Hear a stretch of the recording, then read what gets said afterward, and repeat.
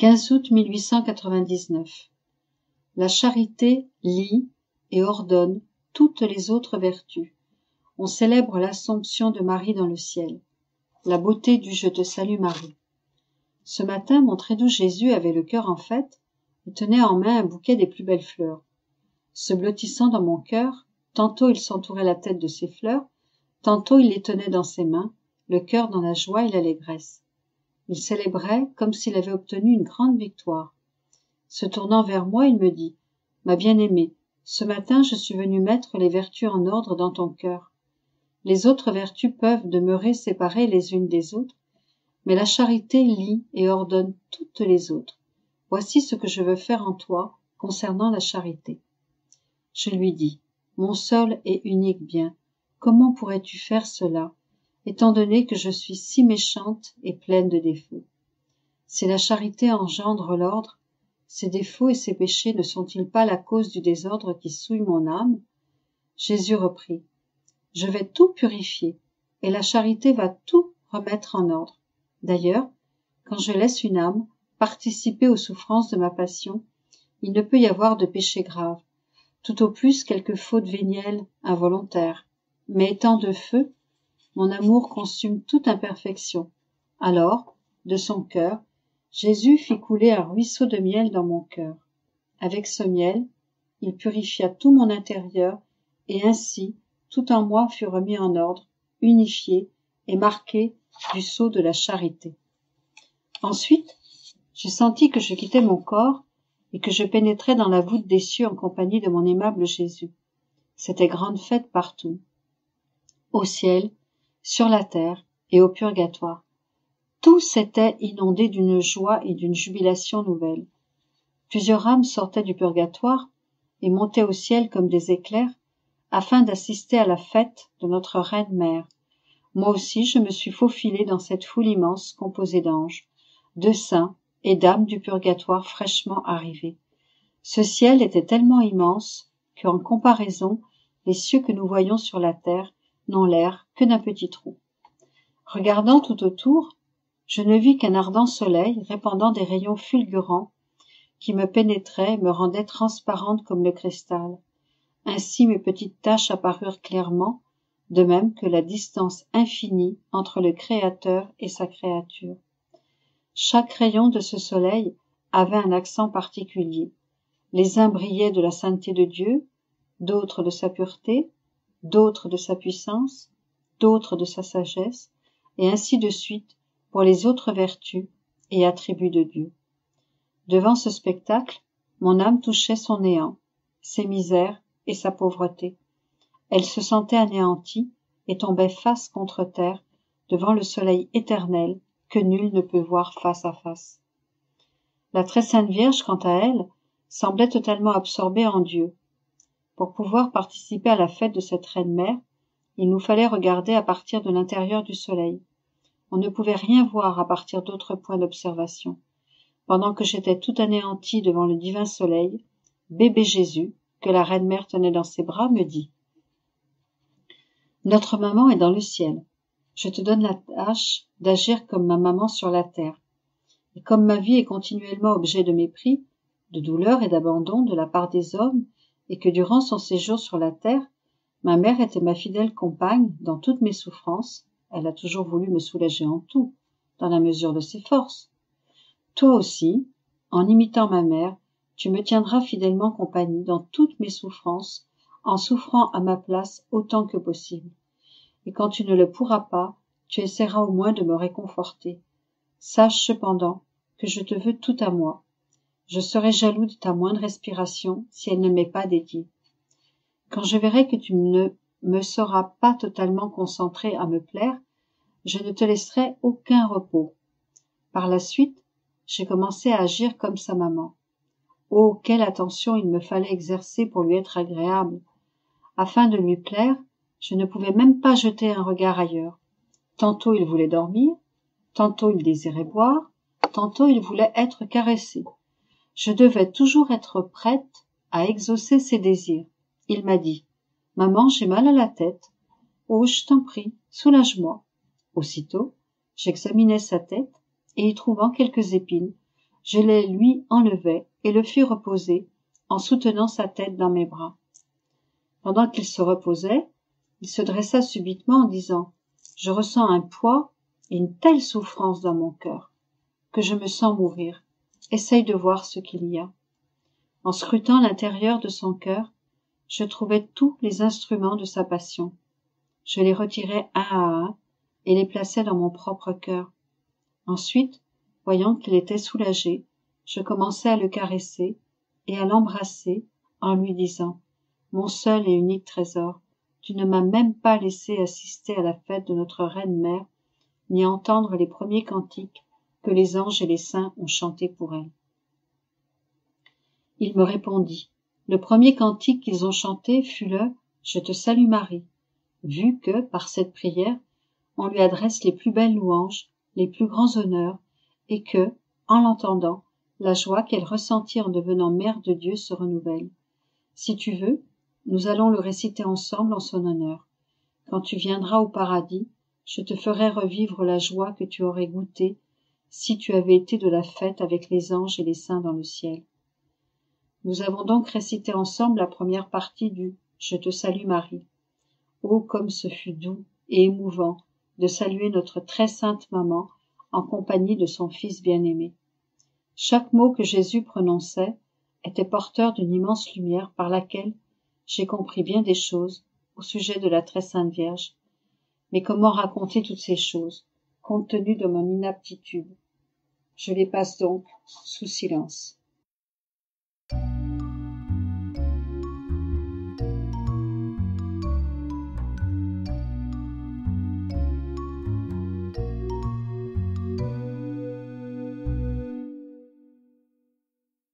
15 août 1904. La mélancolie est à l'âme ce que l'hiver est à la plante. Le triomphe de l'Église n'est pas loin. Ce matin, je me sentais tout opprimée, et la mélancolie remplissait mon âme. Il me semble que Jésus béni ne m'avait pas fait beaucoup lutter. En me voyant ainsi oppressée, il me dit « Ma fille, pourquoi cette mélancolie? Ne sais-tu pas que la mélancolie est pour l'âme ce que l'hiver est pour la plante? L'hiver dépouille la plante de son feuillage et l'empêche de produire des fleurs et des fruits. Et si l'allégresse et la chaleur du printemps ne venaient pas, la pauvre plante resterait stérile et finirait par sécher. Il en va ainsi pour la mélancolie de l'âme. La mélancolie dépouille l'âme de la fraîcheur divine qui, comme la pluie, fait reverdir toutes les vertus. La mélancolie rend l'âme incapable de faire le bien, et si elle le fait plus par nécessité que par vertu. La mélancolie empêche l'âme de croître dans la grâce, et si l'âme n'est pas secouée par une sainte allégresse, qui est comme la pluie printanière, qui relance rapidement la plante dans son développement, elle finit par sécher. Pendant qu'il disait cela, j'ai vu à la vitesse de l'éclair toute l'Église, les guerres que doivent affronter les religieux et les guerres dans la société. Il semblait y avoir un tumulte général. Il semblait que le Saint-Père disposait de très peu de personnes religieuses pour ramener le bon ordre dans l'Église, chez les prêtres et autres, de même que dans la société. Pendant que je voyais cela, Jésus béni me dit « Penses-tu que le triomphe de l'Église est éloigné ?» Je répondis « Sûrement. Qui pourrait mettre de l'ordre au milieu de tant de bouleversements ?» Jésus reprit « Au contraire, je te dis que c'est proche, ça prendra un conflit très fort. Pour abréger les choses, je permettrai tout en même temps concernant les religieux et les laïcs. Au milieu de ce conflit, de ce très grand chaos, il y aura un conflit bon et ordonné, mais tellement mortifiant que les hommes s'y trouveront comme perdus. Je leur donnerai tant de grâce et de lumière qu'ils reconnaîtront ce qui est mauvais et embrasseront la vérité. Je te ferai aussi souffrir à cette fin.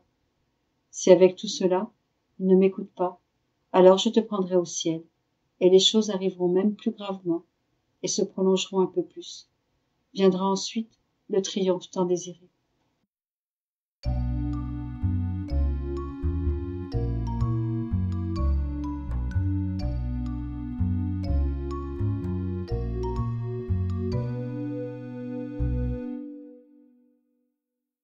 « 15 août 1914.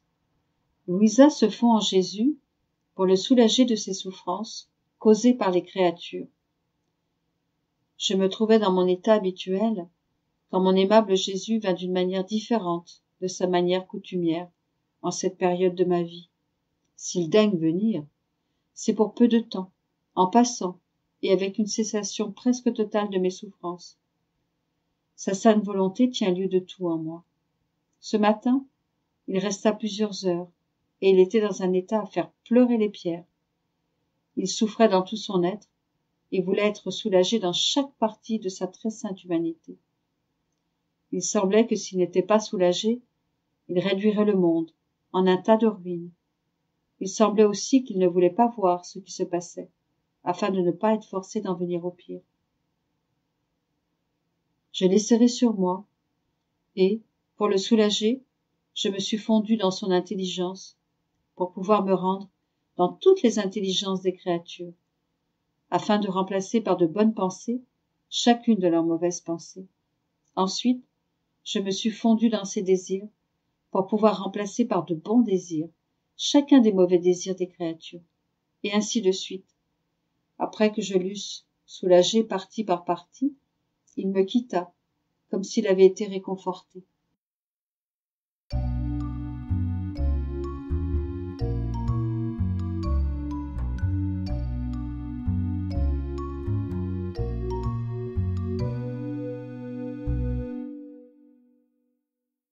15 août 1922.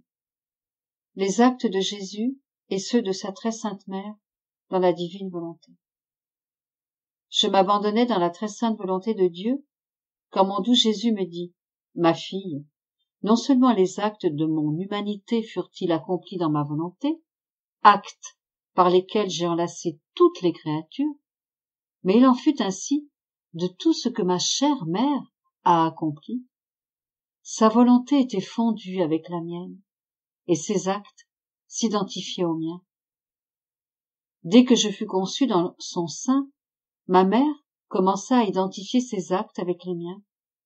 Mon humanité n'avait pour vie, nourriture et objectif que la volonté de mon Père. Et il en était ainsi pour ma mère. La volonté du Père coulait à travers toutes mes actions et m'amenait, au nom de toutes les créatures, à rétablir les droits de mon Père en tant que créateur. Pareillement aussi, ma mère rétablissait au nom de toutes les créatures les droits de mon Père en tant que créateur. Au ciel, ma mère reçoit sa gloire de chaque créature. Ma volonté lui donne tant de gloire au nom des créatures qu'il n'y a aucune gloire qu'elle ne possède pas, pas plus qu'il n'y a de gloire qui ne passe par elle. Parce qu'elle a tissé ses actes, son amour et ses peines avec les miens, dans ma volonté. Ils ajoutent à sa gloire resplendissante. C'est pourquoi elle embrasse tout et coule à travers tout. C'est cela que signifie vivre dans ma volonté. Ma mère bien-aimée n'aurait jamais été capable de recevoir autant de gloire si tous ses actes n'avaient pas coulé dans ma volonté. Ces actes dans ma volonté la rendent reine de tout. Je te veux dans ma volonté de telle sorte que l'entrelacement ne soit pas entre deux, mais entre trois. Ma volonté veut agrandir, afin qu'en une seule créature, elle puisse trouver toutes les créatures. Vois-tu le grand bien qui viendra à toi, combien de gloire tu me donneras, et tout le bien que tu apporteras à toutes les créatures?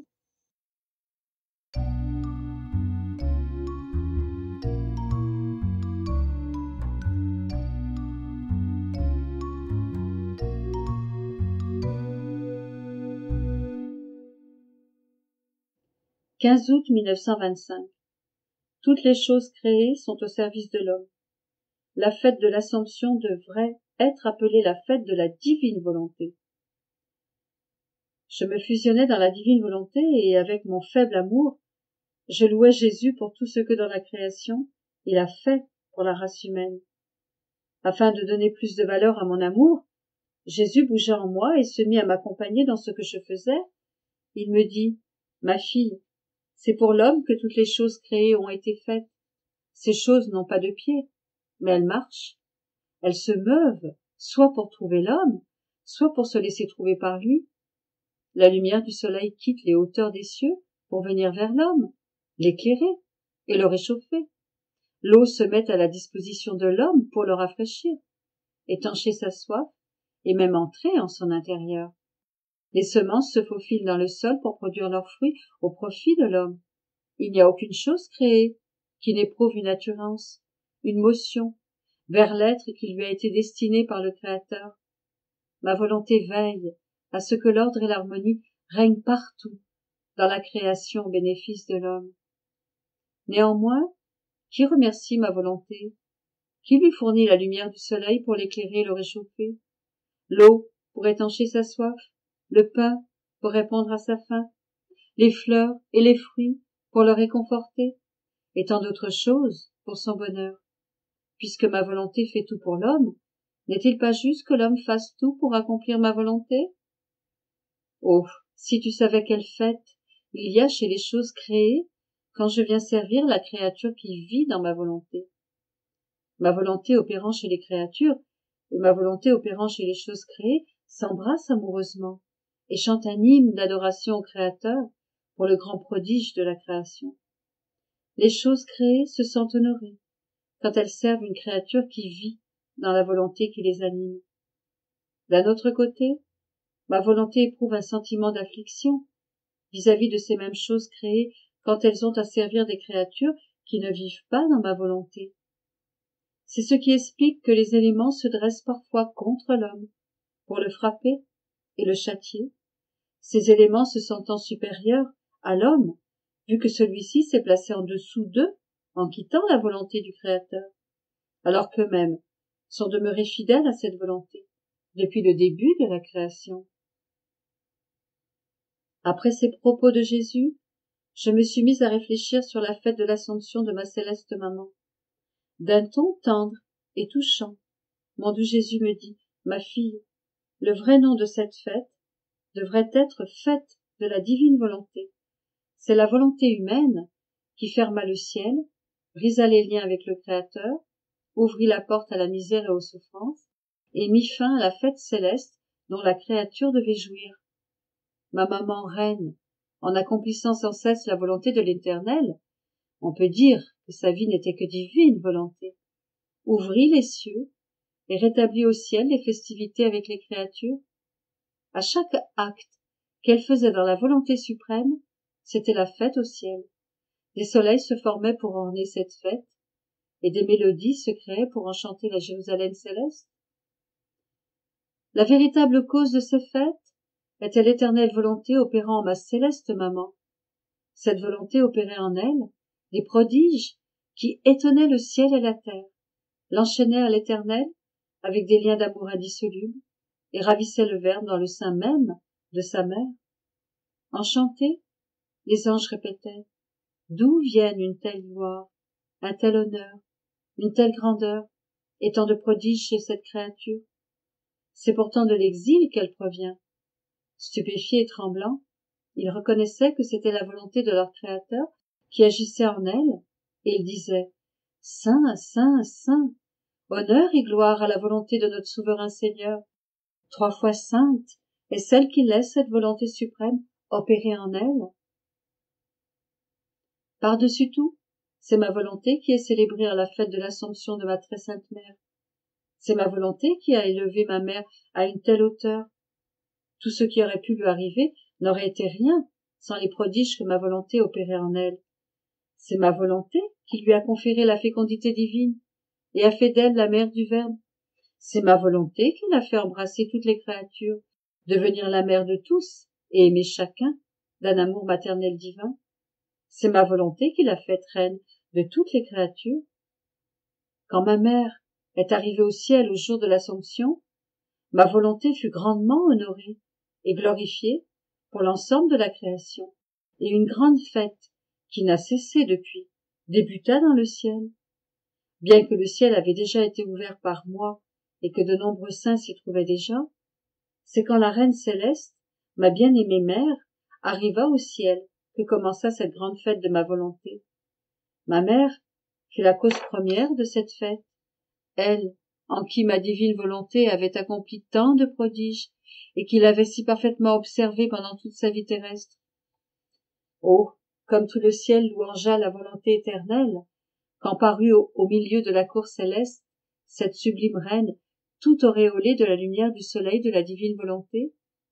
On la vit toute parée de la puissance du suprême fiat, puisqu'il n'y avait pas un seul battement de son cœur sur lequel ce fiat n'était imprimé.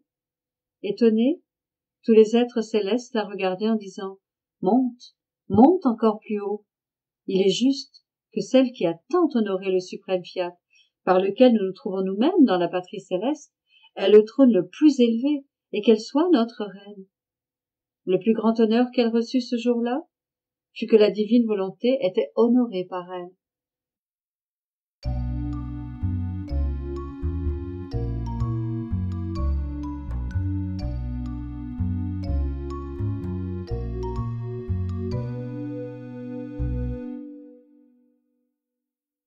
15 août 1927. Comment toutes les choses créées possèdent l'unité de la divine volonté. La différence entre l'épreuve d'Adam et celle d'Abraham. Je faisais ma ronde à travers toute la création, selon mon habitude, afin de m'unir aux actes que la suprême volonté exerce en elle. Et mon toujours aimable Jésus, se manifestant en moi, me dit « Ma fille, toutes les choses créées possèdent l'unité de mon divin fiat.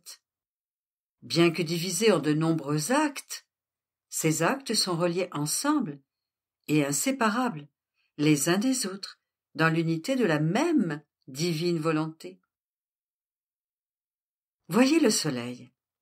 Sa lumière est un acte distinct des autres choses créées, mais sa lumière les réunit tous. Elle revêt la terre et la relie avec sa lumière, et la terre se relie à elle et boit à grandes gorgées à la fontaine de lumière, reçoit ses effets, sa chaleur, ses ardents baisers, et forme un acte unique avec le soleil.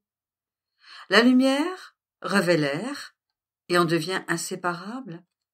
Elle revêt l'eau et l'eau plonge dans la lumière, et elles s'attachent l'une à l'autre dans leur unité.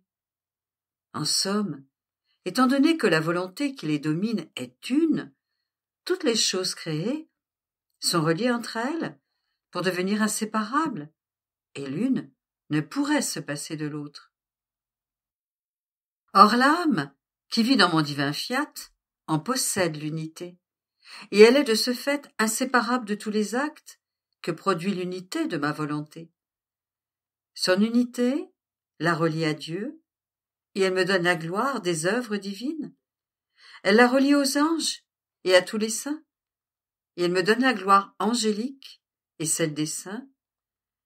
Elle la relie à toute la création, et elle me donne la gloire des cieux, du soleil, de la mer, en somme, de toute chose où opère ma volonté. Elle en est inséparable, et forme son unité avec elle. Par conséquent, seule l'âme, qui vit dans ma volonté, peut me donner l'amour, la gloire de toute la création et de toute la rédemption. Il n'est pas un seul acte de ma volonté dont l'âme soit séparée. Les autres créatures pourraient le dire avec des mots, mais seule l'âme, qui vit dans ma volonté, possède les faits. Je poursuivais ma ronde dans la suprême volonté, et comme j'avais offert les premiers actes d'Adam, alors qu'il possédait l'unité avec la volonté suprême, afin de pouvoir m'unir moi aussi à ces actes parfaits qu'il accomplit au commencement de la création. Et comme j'étais ensuite allé m'unir à l'héroïsme d'Abraham, je me disais, quelle divine sagesse! On dit seulement d'Adam qu'il fut le premier homme créé par Dieu, mais il a péché et plongé la famille humaine dans le labyrinthe de tous les maux, et rien d'autre n'est dit sur lui durant les nombreuses années de sa vie.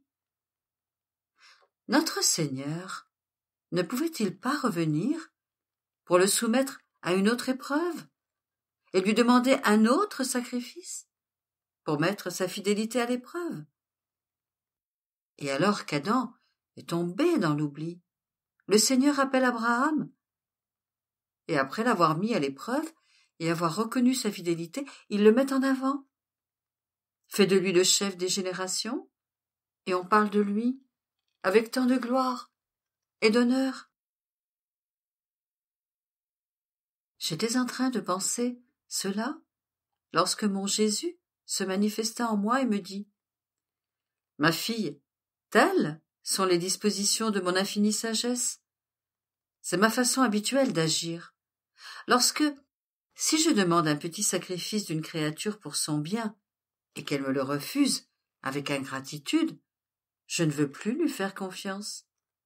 J'abandonne mes desseins de l'élever à de grandes choses, et je la laisse, telle une créature tombée dans l'oubli, que personne ne va désigner du doigt à cause de ses grandes œuvres ou de son héroïsme, que ce soit pour Dieu, pour elle-même ou pour les gens. Tu dois alors distinguer ce que je voulais d'Adam, le petit sacrifice, de se priver d'un fruit, et il ne me l'a pas accordé. Comment pouvais-je lui faire confiance et lui demander un plus grand sacrifice? Par contre, je n'ai pas demandé à Abraham de faire le sacrifice d'un fruit, mais j'ai commencé par lui demander de se rendre dans une terre étrangère où il n'était pas né, et il obéit promptement. J'ai voulu alors lui faire confiance davantage. Je lui ai prodigué des grâces, et je lui ai demandé le sacrifice de son fils unique, qu'il aimait plus que lui-même, et il me le sacrifia, promptement. Je savais alors qu'il en était capable, et que je pouvais lui faire confiance. Je pouvais tout lui confier. On peut dire de lui qu'il a été le premier réparateur à qui le sceptre du futur Messie a été confié, et par conséquent, je l'ai élevé à la tête des générations, au plus grand honneur, aux yeux de Dieu, ainsi que des siens et des peuples. La même chose se produit dans toutes les créatures. C'est ma manière habituelle de demander de petits sacrifices. Se priver d'un plaisir, d'un désir, d'un petit intérêt, d'une vanité, ou se détacher de quelque chose qui semble ne faire de tort à personne. Ces petits tests servent de petits supports où je dépose le grand capital de ma grâce, de façon à les disposer à accepter de plus grands sacrifices. Et lorsqu'une âme me reste fidèle dans les petites épreuves, ma grâce abonde et je demande de plus grands sacrifices, de façon à pouvoir donner plus encore. Et je fais d'elle un prodige de sainteté. Combien de sainteté commence par un petit sacrifice, et combien d'autres, après m'avoir refusé un petit sacrifice, car il leur semblait que c'était une chose sans importance, sont restées maigrichonnes dans le bien, crétines dans la compréhension, faiblardes en marchant sur la voie qui conduit au ciel. Les pauvres, on peut les voir qui rampent en léchant la terre de façon pitoyable. Par conséquent, ma fille, il faut faire plus attention aux petits sacrifices qu'aux grands, car les petits sont la force des grands. Ils disposent Dieu à accorder sa grâce et l'âme à la recevoir. «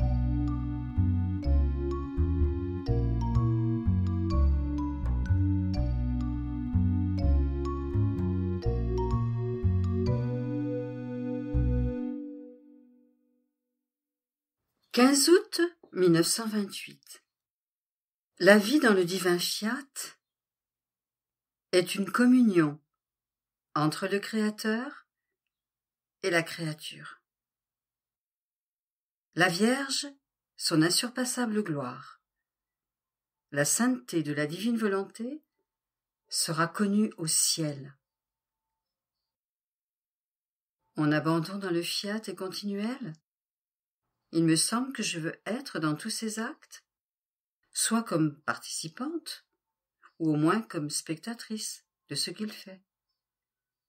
En fait, étant donné que la volonté éternelle possède l'acte incessant, sa nature est d'agir toujours, de ne jamais cesser d'opérer. Et comme je suis une petite enfant, elle est heureuse que je sois avec elle, d'une manière ou d'une autre, pourvu que je reste là. Et en poursuivant ma ronde dans toute la création, je me disais, est-il nécessaire? Jésus veut-il réellement que j'aille partout, faire ma ronde? Et mon bien-aimé Jésus, se manifestant en moi, me dit, ma fille, vivre dans ma divine volonté, c'est se laisser trouver par Dieu en chaque chose créée, afin que l'être suprême puisse trouver dans toutes ses œuvres celle qu'il aimait, qu'il a appelée par amour à partir de rien, et pour qui il a créé une si grande variété d'œuvres magnifiques et merveilleuses. S'il ne te trouvait pas en chacune de ses œuvres, il lui manquerait l'écho de ton amour, de ta gratitude. Et dans les œuvres où tu n'aurais pas fait ta ronde, ce serait comme s'il ne les avait pas faites pour toi. Alors que notre but, en t'appelant à vivre dans notre divine volonté, est précisément celui-ci. Pour nous, te trouver dans nos œuvres, et pour toi, nous trouver en chaque chose créée. Toi, qui nous donnes ton petit amour. Nous, qui te donnons le grand amour que nous avions en créant tant de choses, et unissant ton amour avec le nôtre, pour n'en former qu'un seul, afin de pouvoir dire, comme elle nous aime, la petite fille de notre divine volonté. Autrement, notre amour et nos œuvres resteraient sans la compagnie de celle pour qui nous les avons créées. Alors que vivre dans la divine volonté est une communion entre le Créateur et la créature, devenant inséparables. Là où elle est, l'autre se trouve lui aussi. Et la créature a sa petite place dans tout ce que Dieu fait. Ne veux-tu pas trouver ta petite place dans toutes les œuvres de création et de rédemption? Par conséquent, continue ton envol et laisse-toi transporter dans les bras de mon fiat. Il prendra soin de placer la petite nouveau-née dans chacune de ses œuvres. Après quoi, je pensais accompagner la reine souveraine quand elle fut enlevée au ciel et mon doux Jésus, se manifestant en moi, comme s'il chantait les louanges de sa céleste mère, me dit « Ma fille, la gloire de la maman du ciel est insurpassable. Personne, dans les régions célestes, ne possède ces mères de grâce et de lumière, ces mères de beauté et de sainteté, ces mères de puissance, de science et d'amour. Et de plus, elle possède ces mères dans la mer infinie de son Créateur. Les autres habitants de la patrie bienheureuse possédant tout au plus quelques petites rivières, quelques petites gouttes, quelques petites fontaines. Elle est seule, car seule elle a vécu dans le divin fiat. La volonté humaine n'a jamais trouvé place en elle. Sa vie fut toute de divine volonté.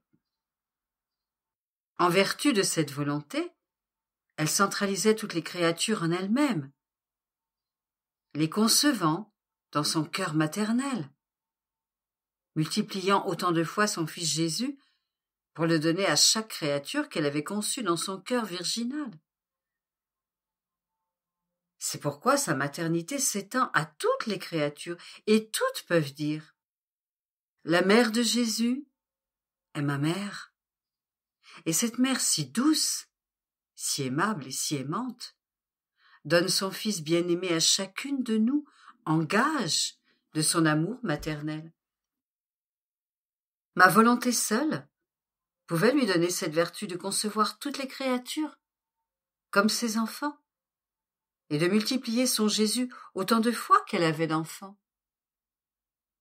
À présent, au ciel, la mère souveraine, possédant ses mères, ne fait rien d'autre que soulever de hautes vagues de lumière, de sainteté, d'amour, etc., les déversant par-dessus le trône de l'être suprême, qui, afin de ne pas être surpassé par son amour, ayant sa propre mère plus étendue et plus profonde, forme ses propres vagues plus hautes, dessous les mers de la Vierge Reine.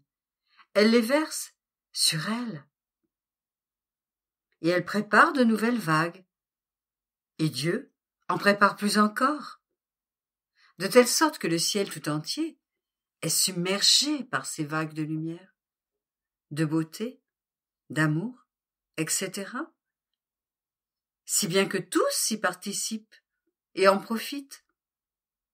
Et les bienheureux, voyant qu'ils ne peuvent pas former ces vagues, parce qu'ils ne possèdent pas de mère, comprennent que si leur mère et leur reine possèdent tout cela, c'est parce qu'elle a formé sa vie et sa sainteté dans la divine volonté. Ainsi, grâce à la Vierge, les saints savent ce que signifie la sainteté de la divine volonté dans les créatures. Et ils attendent, par conséquent, que plus de créatures apportent ces mères dans la patrie céleste, afin de voir se former plus de vagues, qui sont pour eux un enchantement et une très grande joie. La terre ne connaît pas encore la sainteté de ma volonté, et c'est pourquoi je désire tant la faire connaître. Mais elle est bien connue au ciel, parce que la reine souveraine est là, qui par sa seule présence devient la révélatrice de la sainteté de mon fiat. Ainsi, en vertu de mon fiat, elle était annonciatrice de grâce sur la terre pour elle-même et pour toute la famille humaine, comme elle est un signe de gloire dans la patrie céleste, et aucune autre créature ne peut lui être comparée. «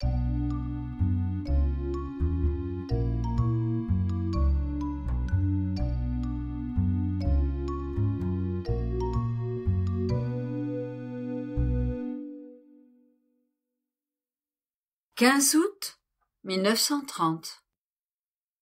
La vie de la reine souveraine a été formée dans le soleil divin. Je pensais à ma céleste maman lorsqu'elle a été enlevée au ciel.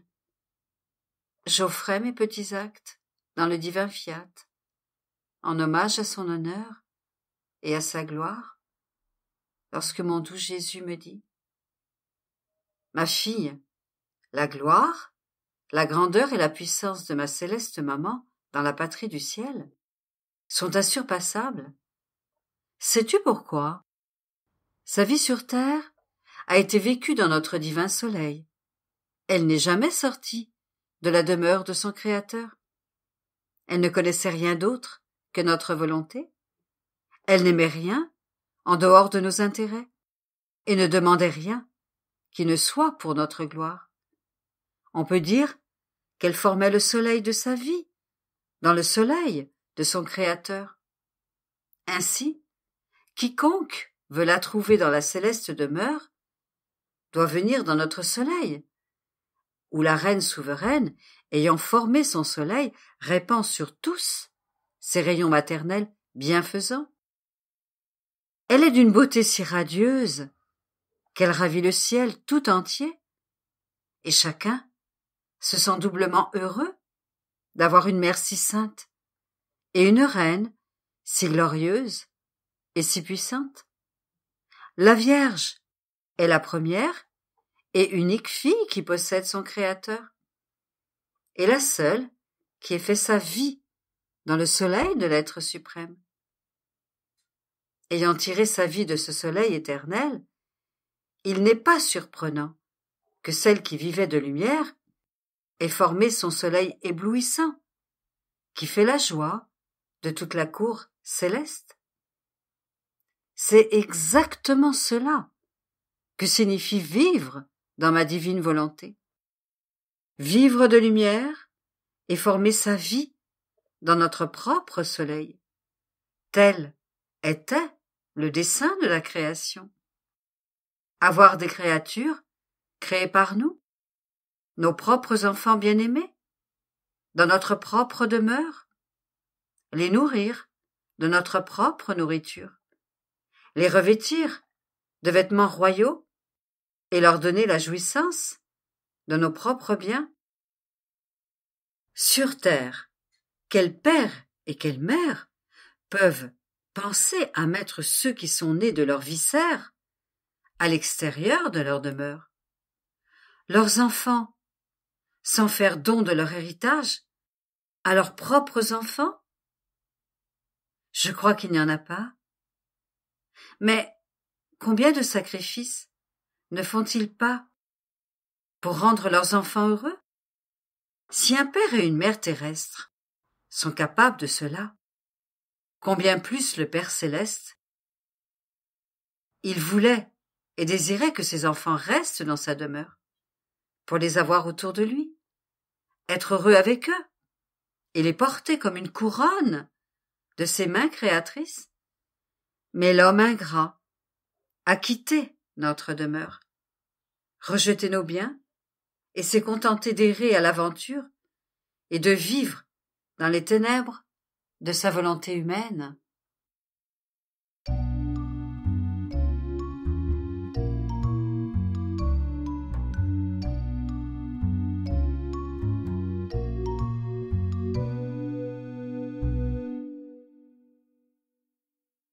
15 août 1937. L'Empire, des actes accomplis dans la divine volonté. Dieu est à la tête des actes de l'âme qui vit dans la divine volonté. Mon envol continue dans le divin vouloir, mais ces surprises sont toujours nouvelles, investies d'un amour qui fait notre ravissement et laisse débordant d'une joie telle que l'on voudrait rester caché en lui, sans jamais le quitter. Oh, adorable volonté! Combien je voudrais que tous te connaissent, pour t'aimer, et le laisser régner, et se laisser prendre dans ton filet d'amour. Je pensais cela, lorsque mon doux Jésus rendit visite à ma petite âme, et toute bonté, il me dit: « Petite fille de ma volonté, les surprises, les nouveautés, les secrets et les attirances de ma volonté sont innombrables. Celle qui veut y entrer en demeure renouvelée et magnétisée dans la mesure où elle ne veut plus en sortir. Elle ressent son empire divin et le baume céleste qui, en changeant sa nature, l'élève à une vie nouvelle. Tu dois savoir que la divine volonté accorde tant de pouvoir à la créature qu'elle ressent son empire même dans ses plus petits actes. Si elle aime, elle ressent l'empire de son amour. Si elle parle, elle ressent sa force créatrice. Si elle travaille, elle ressent l'empire et la vertu de ses œuvres qui l'entourent et apportent cette volonté à chaque cœur pour la faire régner et dominer en lui. Notre volonté sent son propre empire dans l'acte de la créature et se sent forcée de donner ce que la créature veut dans cet acte. Si elle veut aimer, elle nous fait aimer dans cet acte et elle obtient pour nous de l'amour. Si elle veut que notre volonté règne, elle nous amène, par son propre empire, au point de prier que tous puissent recevoir notre volonté. Un acte dans notre volonté ne s'arrête jamais. Il nous dit « Je suis votre acte. Vous devez me donner ce que je veux. » On peut dire qu'il prend le contrôle sur notre puissance, la dédouble et la multiplie. La créature, bien qu'elle nous implore, ne demande pas, mais prend tout ce que veut son acte. D'autant plus que dans notre volonté, nous ne voulons pas qu'un acte soit différent de nos propres actes. Par conséquent, nous nous laissons régir et dominer. Puis, Jésus garda le silence. Je suis incapable d'exprimer ce que je ressentais. Mon esprit était si magnétisé par ces paroles et investi par son empire que je voulais donner ma vie pour que tout le monde le connaisse. Et mon bien-aimé Jésus reprit. Ma fille, il n'y a pas de quoi être surprise. Tout ce que je te dis est pure vérité. Ma volonté est tout et peut faire toute chose. Ne pas mettre dans notre propre condition celle qui vit dans notre volonté, cela n'est pas de notre être suprême. La créature, qui peut tout au plus nous voir dans ce qui est naturel, lorsqu'elle vit dans notre volonté, se reconnaît elle-même comme grâce, participation et expression de notre amour et de notre volonté. Et c'est ainsi que ma volonté veut que la créature soit. Par conséquent, nous voulons qu'elle vive dans notre vouloir, afin que ses actes et les nôtres puissent être fusionnés et résonner d'un seul timbre, d'une seule valeur, d'un seul amour. Nous ne pouvons ni ne voulons résister à un de nos actes. De plus, tu dois savoir que la vie dans notre volonté est unité, au point que si la créature aime, Dieu est toujours à la tête de son amour. Ainsi, son amour et celui de la créature sont un seul amour. Si la créature pense, Dieu est à la tête de ses pensées. Si elle parle, Dieu est à la source de ses paroles. Si elle travaille, Dieu est le premier acteur, opérant dans ses œuvres. Si elle marche, Dieu conduit ses pas.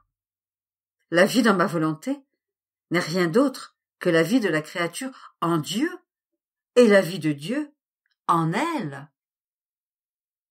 Il nous est impossible de laisser notre amour, notre puissance et nos actes en dehors de l'âme qui vit dans notre volonté.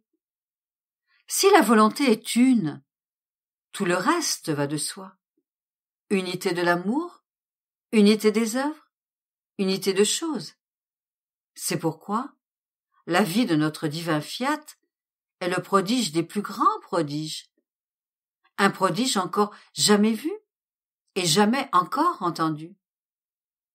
Nous voulions faire ce prodige que seul un Dieu peut accomplir dans la créature, parce que nous ne pouvions plus contenir l'exubérance de notre amour.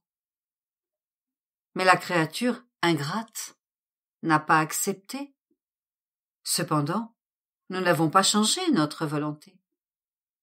Bien que notre amour ait été entravé et réprimé, il nous tourmente et nous utiliserons de tels excès d'amour, d'industrie et de stratagèmes que nous obtiendrons que notre volonté soit une avec la créature. «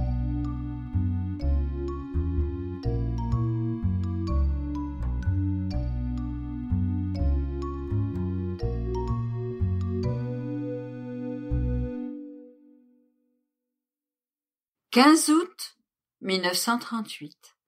La fête de l'Assomption est la plus belle et la plus sublime des fêtes. la fête de la divine volonté opérante dans la céleste reine.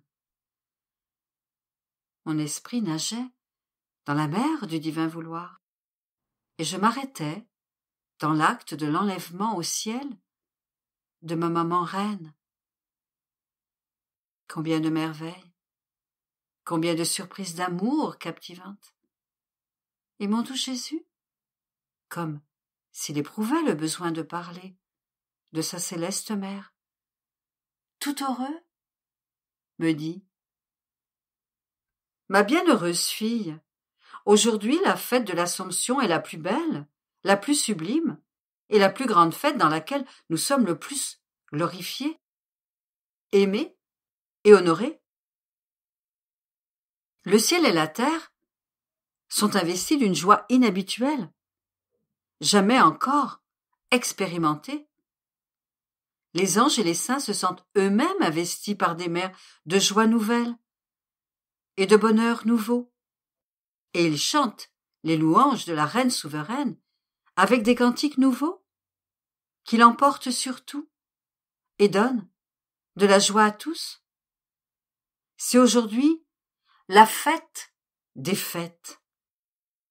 C'est l'unique et le nouveau qui n'a jamais été répété. Aujourd'hui, le jour de l'Assomption, la divine volonté opérant dans la Dame souveraine a été célébrée pour la première fois. Les merveilles sont ravissantes. En chacun de ses plus petits actes, même dans son souffle et dans son mouvement, on peut voir un si grand nombre de nos vies divines qui s'écoulent comme autant de rois dans ses actes, qui l'inondent mieux que de brillants soleils, qui l'entourent d'ornements et la rendent si belle qu'elle fait l'enchantement des célestes régions. Cela te semble-t-il peu de chose que chacun de ses souffles, de ses mouvements, de ses travaux et de ses peines ait été rempli de tant de nos vies divines? Le grand prodige de la vie opérante de ma volonté dans la créature est exactement cela. Former autant de nos vies divines que d'entrer de ma volonté dans le mouvement et dans les actes de la créature. Et comme mon fiat possède la vertu de bilocation et de répétition, et qu'il répète toujours, sans jamais s'arrêter ce qu'il fait, la grande dame sent ses vies divines se multiplier en elle, ce qui ne fait qu'étendre immensément ses mers d'amour, de beauté, de puissance et de sagesse infinie. Tu dois savoir que la multiplicité des actes qu'elle possède contient tant de nos vies divines, qu'en entrant dans le ciel, elle peupla toute la céleste région, qui ne put les contenir toutes, et qu'elles remplirent toute la création. Il n'y a donc pas de lieu où ne s'écoulent ces mers d'amour et de puissance, et toutes nos vies, dont elle est la propriétaire et la reine. Nous pouvons dire qu'elle nous domine, et que nous la dominons. Et en se déversant dans notre immensité, notre puissance et notre amour, elle a peuplé tous nos attributs de ses actes, et de toutes nos vies divines qu'elle avait conquises. Ainsi, de partout, de l'intérieur et de l'extérieur de nous, de l'intérieur des choses créées, et dans les lieux cachés les plus reculés, nous nous sentons aimés et glorifiés par cette céleste créature, et par toutes nos vies divines que notre fiat a formées en elle. Ô puissance de notre vouloir! Toi seul peux accomplir tant de prodiges, au point de créer tant de nos vies divines, dans celles qui te laissent dominer, pour nous faire aimer et glorifier, comme nous le méritons et le voulons. C'est pourquoi elle peut donner son Dieu à tous, car elle le possède. Plus encore, sans perdre aucune de nos vies divines, lorsqu'elle voit une créature disposée et qui veut recevoir notre vie, elle a la vertu de reproduire de l'intérieur de notre vie ce qu'elle possède, une autre de nos vies divines, pour la donner à celle qui nous veut. Cette Reine Vierge est un prodige continu. Ce qu'elle a fait sur la terre, elle le continue au ciel. Parce que notre volonté, quand elle opère autant dans la créature qu'elle le fait en nous, cet acte, alors, ne finit jamais.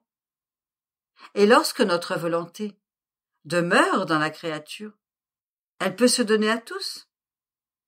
Le soleil arrête-t-il de donner sa lumière parce qu'il a tant donné aux générations humaines? Pas du tout. Même s'il a tellement donné, il est toujours riche de sa lumière, sans perdre même une seule goutte de lumière. Ainsi la gloire de cette reine est insurpassable, parce qu'elle a en sa possession notre volonté opérante, qui a la vertu de former dans la créature des actes éternels et infinis. Elle nous aime toujours et ne cesse jamais de nous aimer, avec nos vies qu'elle possède. Elle nous aime avec notre amour, elle nous aime partout. Son amour remplit le ciel et la terre, et court se décharger dans notre sein divin. Et nous l'aimons tellement que nous ne savons comment être sans l'aimer. Et alors qu'elle nous aime, elle aime toutes les créatures, et nous fait aimer par toutes. Qui peut lui résister et ne pas lui donner ce qu'elle veut? De plus, c'est notre vouloir lui-même qui demande ce qu'elle veut, et qui, par ses liens éternels, nous lie partout, et nous ne pouvons rien lui refuser. Ainsi, la fête de l'Assomption est la plus belle, parce que c'est la fête de ma volonté opérante dans cette grande dame, ce qui l'a rendue si riche et si belle, que les cieux sont incapables de la contenir. Les anges eux-mêmes en restent muets et ne savent comment parler de ce que ma volonté accomplit dans la créature. Après quoi, mon esprit demeurait émerveillé en pensant au grand prodige que le divin Fiat a opéré et continue d'opérer dans la céleste reine. Et mon bien-aimé Jésus ajouta: « Ma fille, sa beauté est inatteignable. Elle enchante, fascine et conquiert. Son amour est si grand qu'il s'offre à tous, qu'il aime tous et laisse derrière lui des mers d'amour. On peut l'appeler reine de l'amour, conquérante de l'amour, qui a tellement aimé que par cet amour elle a gagné son Dieu. Tu dois savoir que l'homme, en faisant sa volonté, a brisé les liens avec son Créateur et avec toutes les choses créées. Cette céleste reine, avec la puissance de notre Fiat qu'elle possédait, a réuni son Créateur avec les créatures, a réuni tous les êtres ensemble, les a unis et ordonnés, et avec son amour, elle a donné une vie nouvelle aux générations humaines.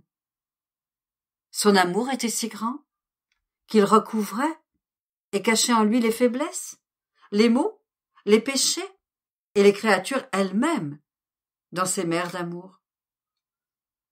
Oh, si cette Sainte Vierge ne possédait pas tant d'amour, il nous serait difficile de regarder la terre.